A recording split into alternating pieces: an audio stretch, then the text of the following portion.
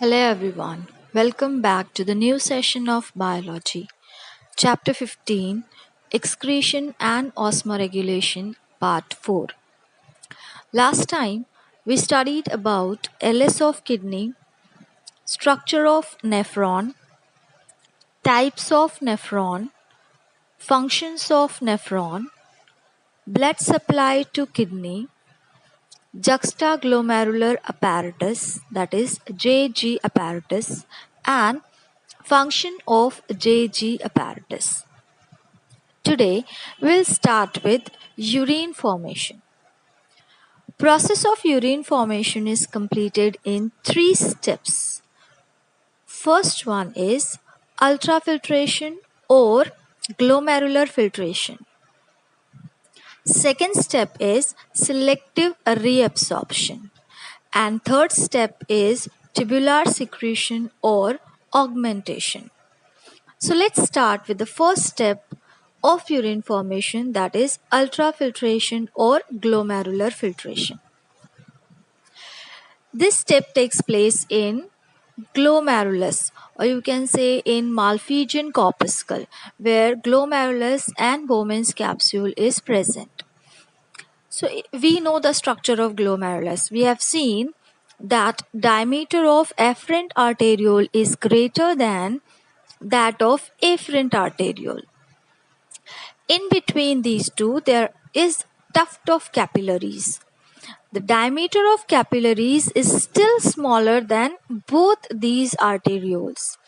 So due to such differences in diameter, blood flows with greater pressure through glomerulus. And this pressure is called as glomerular hydrostatic pressure, that is GHP, and normally this pressure is near about 55 mm of mercury. This pressure is opposed by osmotic pressure of blood, and normally osmotic pressure of blood is near about 30 mm of mercury. Plus it is also opposed by the capsular pressure, that means the filtrate which is present in the capsular region, and this is normally about 15 mm of mercury. Hence we can say that the net filtration pressure, or you can say that effective filtration pressure, in short EFP. There is a formula for EFP, that is EFP is equal to hydrostatic pressure in glomerulus minus osmotic pressure of blood plus filtrate hydrostatic pressure. And now I told you hydrostatic pressure is near about 55 mm of mercury, osmotic pressure of blood is near about 30 mm of mercury, and filtrate hydrostatic pressure, that is capsular pressure, is near about 15 mm of mercury. So by adding all these in the formula, we can get the EFP. This EFP is 10 mm of mercury. You can say see this 55 minus 30 plus 15. So the answer here is 10 mm of mercury, which is EFP, that is effective filtration pressure. Now here if you see the wall of capillaries, these capillaries are extremely thin. Because of high pressure which is exerted on walls, these walls become permeable to major components of blood. So here majority of components present in the blood is filtered except blood cells and macromolecules, for example protein. Now what happens here? Plasma, except plasma proteins, oozes out through the wall of capillary. That means plasma without protein enters inside the capillary and gets filtered. So about 600 ml of blood passes through each kidney per minute. The blood plasma which is flowing through kidney or glomerulus is filtered as glomerular filtrate. So the rate at which the filtrate is formed in glomerulus is called glomerular filtration rate, or GFR. This GFR is 125 ml per minute, or you can say 180 liters per day. Glomerular filtrate or deproteinized plasma, you can call it, or you can call it as primary urine, because it is not urine. It contains useful substances also, it contains harmful substances also. So you can call it as primary urine. This is alkaline in nature. It contains urea, amino acids, glucose, pigments, and inorganic ions.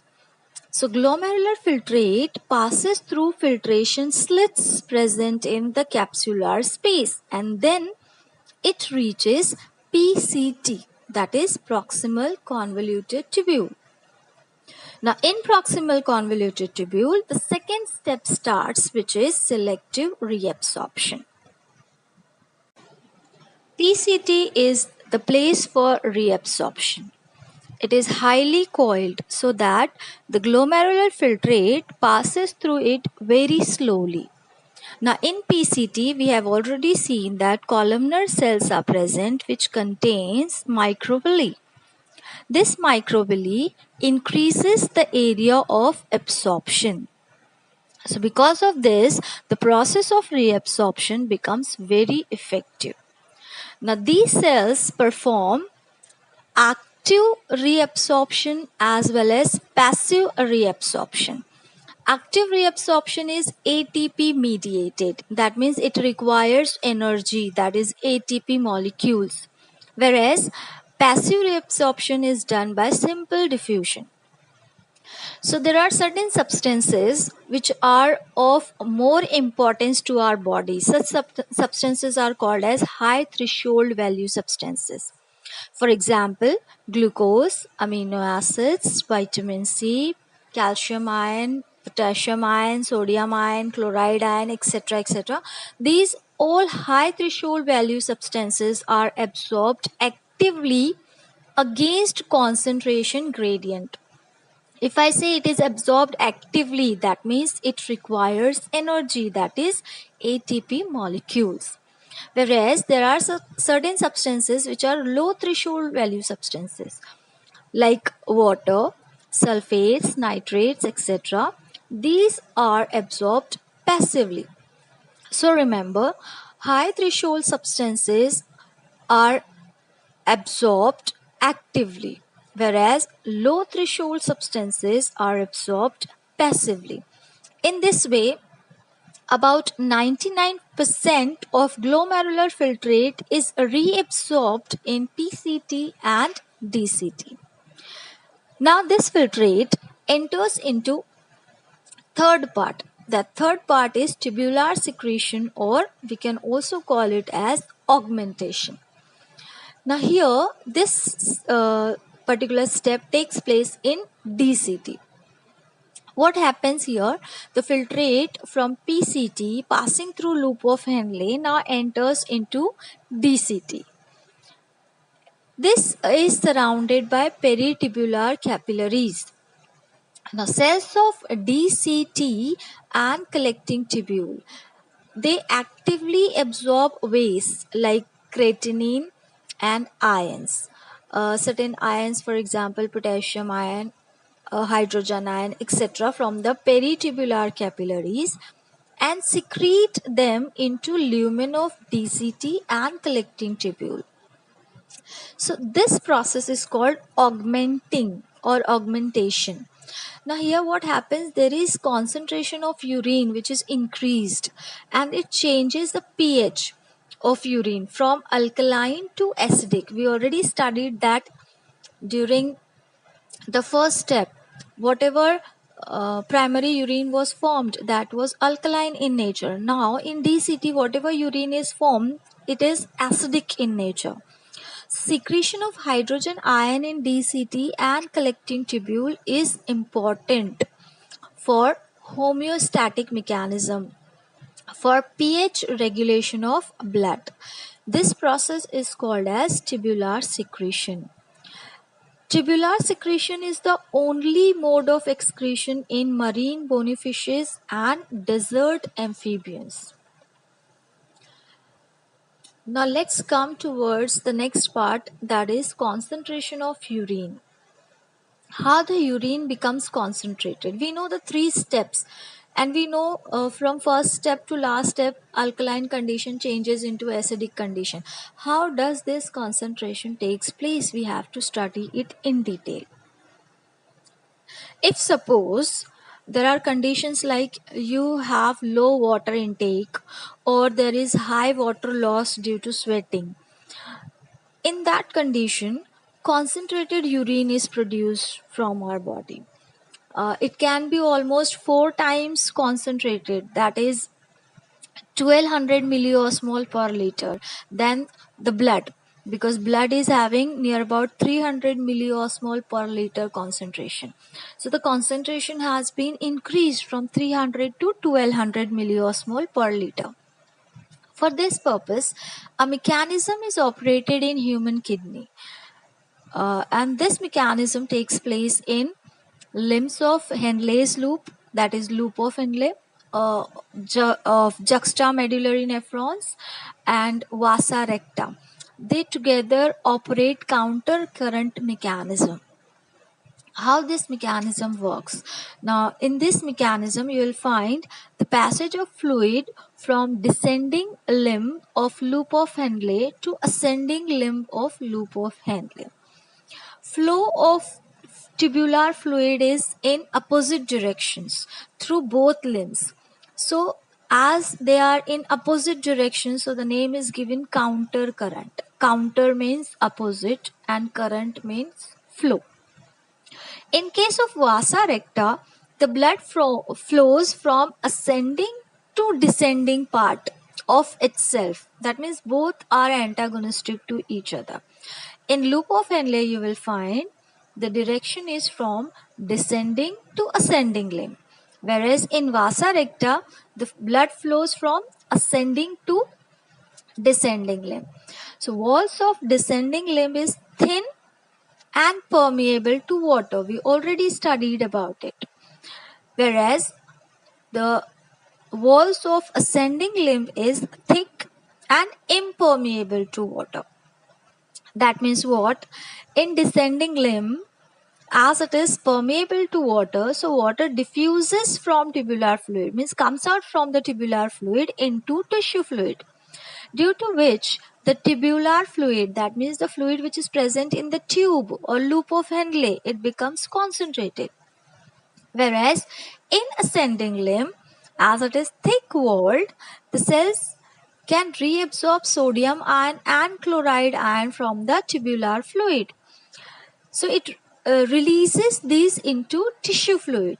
Here, sodium chloride ions can be absorbed and released into tissue fluid. Due to this, the tissue fluid which is present around descending limb becomes concentrated. This makes more water to move out from descending limb into tissue fluid by osmosis. Thus, as tubular fluid passes down through descending limb, the osmolarity or concentration increases slowly due to water loss on the and you will find, on the other hand, it progressively decreases due to sodium and chloride ion secretion as it flows up through ascending limb. So in descending limb, concentration increases, whereas in ascending limb, the concentration decreases. In one, it increases, in other, it decreases. Besides this, whenever water is required by the body, that means water retention is necessary for the body. At that time, your pituitary gland secretes a hormone called ADH, that is anti-diuretic hormone. This ADH makes the cells in the wall of collecting ducts permeable to water. That means it allows water to go out from collecting duct. Now due to this, what happens? The water moves from tubular fluid into tissue fluid. Means the water from collecting tube or collecting duct moves out and enters into the tissue fluid. Because of this, the urine becomes concentrated. Now cells present in the wall of deep medullary part of collecting duct. We have already seen the collecting duct. Collecting duct ends into the medullary part. The wall of deep medullary part is permeable to urea. Now, as the concentrated urine flows through this collecting duct, urea diffuses out from urine into tissue fluid, and from tissue fluid it goes into tubular fluid, flowing through thin ascending limb of Henle's loop. This urea cannot pass out from tubular fluid while flowing through thick segment of ascending limb.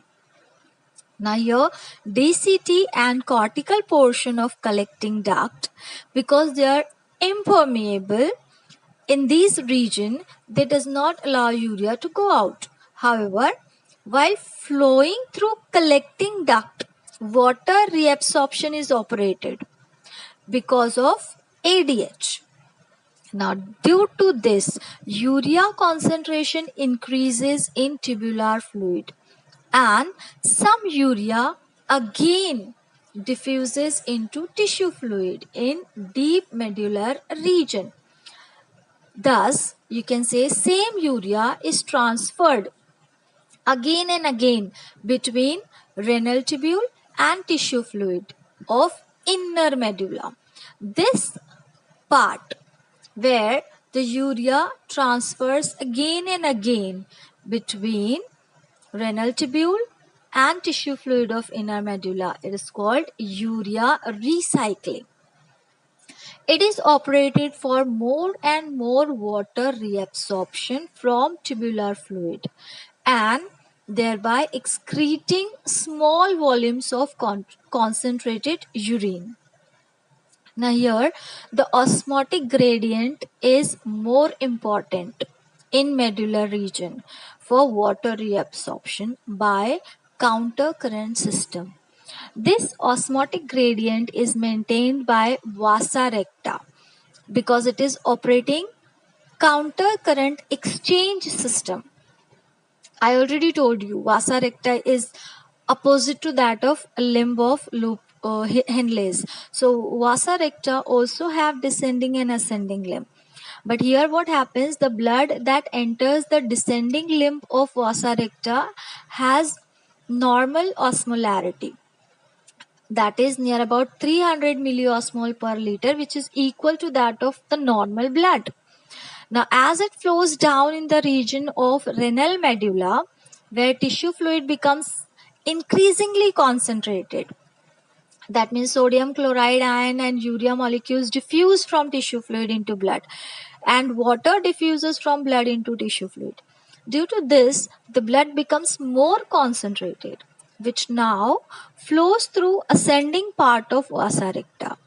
This part runs through such region of medulla where tissue fluid is less concentrated. So now due to this, sodium ion, chloride ion and urea molecules diffuse from blood to tissue fluid and water diffuses from tissue fluid to blood. This mechanism helps to maintain the osmotic gradient so as to reabsorb water to maximum capacity because water is required by body. Now, in certain animals where maximum water has to be reabsorbed, in those animals you will find loops of Henle are longer. For example, desert mammal, that is camel. Due to this, Camel excretes concentrated urine because maximum water is reabsorbed by loop of Henle by this process and urine becomes more concentrated.